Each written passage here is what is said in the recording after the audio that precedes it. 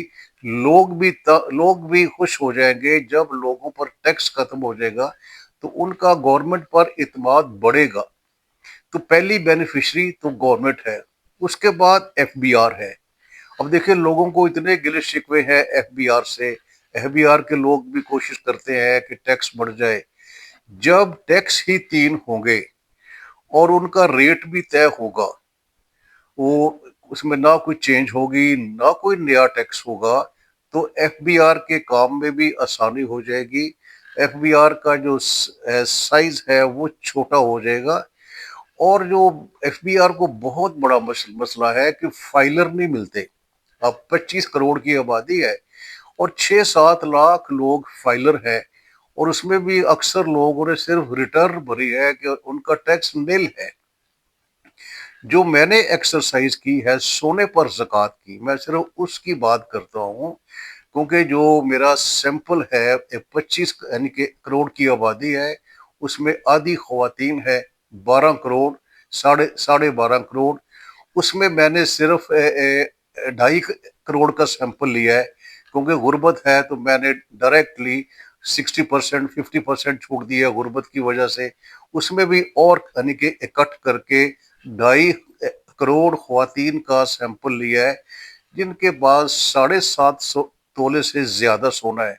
اب ایک چیز دیکھیں کہ اگر ہم ایک تولے کا 2 لاکھ روپیہ کا ریٹ لگاتے ہیں، حالانکہ آج 3.5 لاکھ کے قریب ہے، تو 2 لاکھ فی تولہ کے حساب سے جس خاتون کے پاس 7.5 تولے زیور سونا ہے، اس کی 37,500 زکوٰۃ بنتی ہے۔ اب دیکھیں ایف بی آر کا جو یہ بڑا مسئلہ ہے کہ فائلر نہیں ملتے، صرف سونے کی زکوٰۃ سے کروڑوں کے فائلر نئے آ جائیں گے۔ عشر کے بعد تو بعد کی بات ہے، یعنی کہ بے تحاشا فائلرز ایف بی آر کو مل جائیں گے، اور ان کو آسانی ہوگی کہ وہ صرف 3 ٹیکس ہوں گے۔ اس کے بعد بڑا سیگمنٹ عوام کا ہے۔ اب دیکھیں عوام جو بیچارے ہیں، جو ورلڈ بینک کی رپورٹ ہے کہ more than 40% people are living below poverty line. تو اب دیکھیں کہ پاورٹی کے جس ملک میں اتنی پاورٹی ہو، اس میں تو جی ایس ٹی ہونا ہی نہیں چاہیے۔ جب یہ جی ایس ٹی ختم ہو جائے گا تو لوگوں کی غربت میں کمی آ جائے گی۔ اور پھر دوسرا ہے کہ جب پیٹرول 100 روپے لیٹر ختم یعنی کہ کم ہو جائے گا، تو کیا امپیکٹ آئے گا؟ جو سارے غریب لوگ موٹر سائیکل چلاتے ہیں ان کا پیٹرول 100 روپے فی لیٹر سستا ہو جائے گا۔ اور پھر جو اس کا امپیکٹ آئے گا پوری اکانومی پر، کیونکہ جب پیٹرول کی پرائس بڑھتی ہے تو سب چیزوں کی پرائس بڑھ جاتی ہے، تو عوام کو بے تحاشا فائدہ ہوگا۔ اس کے بعد ہے بزنس مین چیخ رہا ہے کہ اپنی پالیسیز ٹھیک کریں، ہمیں بزنس میں آسانی ہو۔ 3 ٹیکس ہوں گے تو بزنس مین بھی تاجر بھی اپنا سارا بزنس ایف بی آر کو بتا سکے گا۔ جو گورنمنٹ یہ کہتی ہے کہ جو بزنس مین ہے اس کی بک آف اکاؤنٹس جو ہے وہ 2 ہے ہمیں دکھانے کے لیے، اور ہے ایکچوئل پروفٹ اور ہے، تو ایک ماحول پیدا ہوگا، بزنس مین کو آسانی ہوگی، تو وہ اپنی زکوٰۃ اور عشر جو انڈسٹری پر ہے وہ بھی دے گا۔ اس کے بعد چوتھا جو سیگمنٹ ہے وہ یونیورسٹی کے پروفیسرز ہیں۔ اب آپ دیکھیں پاکستان کی جتنی بھی یونیورسٹیز ہیں اس میں جہاں اکنامکس پڑھائی جا رہی ہے، اس میں یہ اسلام کے ٹیکسیشن سسٹم کا کوئی ذکر نہیں۔ ٹیکسیشن سسٹم پڑھایا جا رہا ہے وہی ایڈم اسمتھ کے 4 اصول ہیں، اور پھر باقی چیزیں ہیں۔ تو اس کے بعد جو اگر ہمارے یونیورسٹی کے پروفیسر اس کی طرف آئیں اور اس پر ریسرچ کریں، جو باتیں میں نے کی ہیں، دیکھیے میں تو ایک فرد واحد ہوں، میں اپنی کیپیسٹی میں کام کر رہا ہوں۔ جو ہماری یونیورسٹیز ہیں، اکنامکس کے جو پروفیسر ہیں اور ایک اور چیز آپ سے شیئر کروں کہ چند سال پہلے اسٹیٹ بینک نے 3 یونیورسٹیز کو بڑی فنڈنگ دی تھی اور انہیں ڈکلیئر کیا تھا کہ centre of excellence for Islamic finance, اس میں لاہور میں لمس ہے، کراچی میں آئی بی اے ہے، اور پشاور میں آئی ایم ایس ہے۔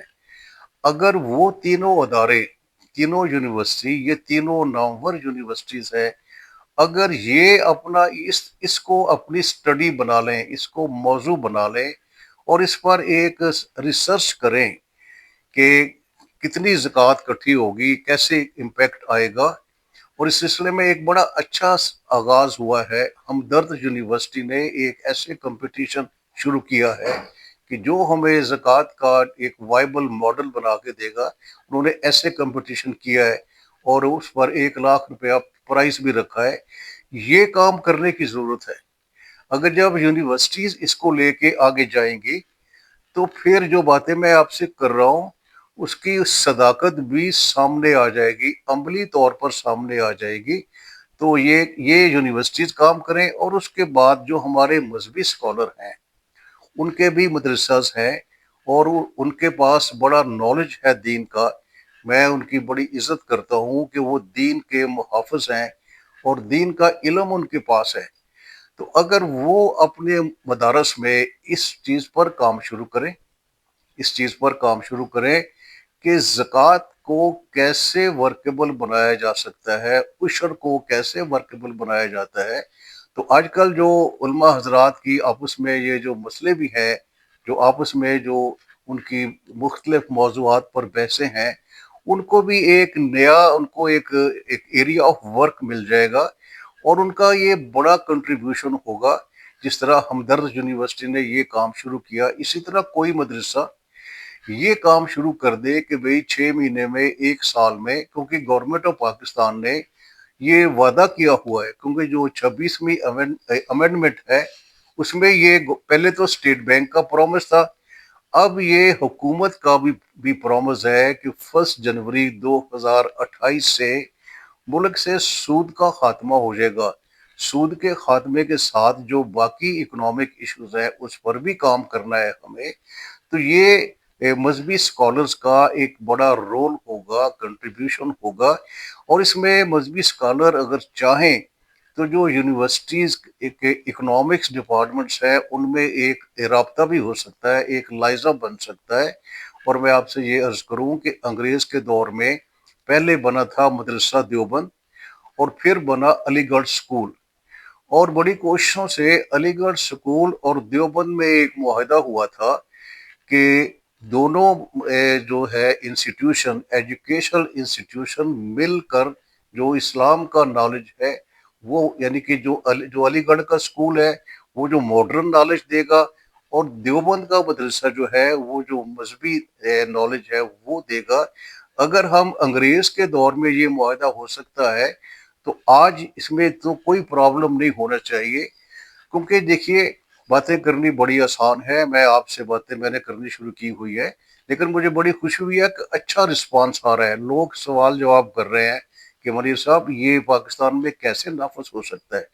3 4 مہینے پہلے میں لمس میں گیا اور میں نے وہاں جا کے بچوں کو یہ لیکچر دیا، تو سب نے سنا اور ایک ہی بات کی کہ if it is so good why don't we implement this۔ تو یہ پوری قوم کے لیے، مسلمان قوم، پاکستانی قوم کے لیے ایک بڑا اچھا موقع ہے کہ ہم یہ 6 سیگمنٹ مل کر، اور پھر ایک گورنمنٹ کوآرڈینیشن کمیٹی بنا دے کہ جو اس سارے کام کو کوآرڈینیٹ کرے۔ تو جو میں آپ سے یہ عرض کر رہا ہوں، جو خواب میں آپ کو دکھا رہا ہوں کہ خوشحالی ہماری دہلیز پر کھڑی ہے، خوشحالی ہمارے اپنے بس میں ہے، اگر ہم یہ کام کر لیں تو انشاءاللہ پاکستان میں یہ ظالمانہ ٹیکس کا نظام ختم ہو جائے گا، اور اسلام کا جو ٹیکس کا نظام ہے وہ نافذ ہو جائے گا۔ پھر ہم سود کی بھی بات کر سکتے ہیں، دوسری چیزیں کر سکتے ہیں۔ تو میری اس ویڈیو میں میری یہی گزارش ہے کہ اس کو سیریس لیا جائے۔ بہت سے لوگوں نے اس ویڈیو کو دیکھا ہے اور میں ان سے درخواست کرتا ہوں کہ وہ اس کو آگے شیئر کریں۔ اگر کوئی یونیورسٹی کا اسٹوڈنٹ ہے وہ اپنے پروفیسر کو شیئر کرے اور اسے کہے کہ یہ ہمارا ورثہ ہے، ہم اس ورثے کے امین ہے، کسٹوڈین ہے، تو ہمیں یہ کام کرنا چاہیے۔ اگر ہم اس کام کو سیریسلی کریں گے تو انشاءاللہ اس کا بڑا اچھا رزلٹ آئے گا۔ بہت شکریہ۔